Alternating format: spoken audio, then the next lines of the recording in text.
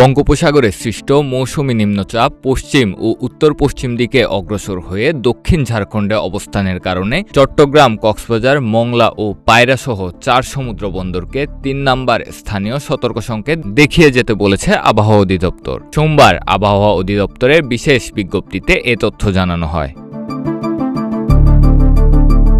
নিম্নচাপের প্রভাবে পটুয়াখালী, কক্সবাজার সহ সারা দেশের বিভিন্ন জেলায় গত 3 দিন ধরে গুড়ি গুড়ি, মাঝারি ও মুষলধারে বৃষ্টিপাত অব্যাহত রয়েছে। টানা বৃষ্টিতে ভোগান্তিতে পড়ছে নিম্ন আয়ের খেটে খাওয়া মানুষ।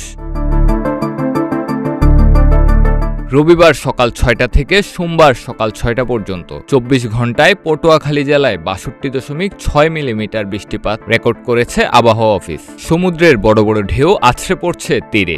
নদ নদীর পানির উচ্চতা কিছুটা বৃদ্ধি পেয়েছে।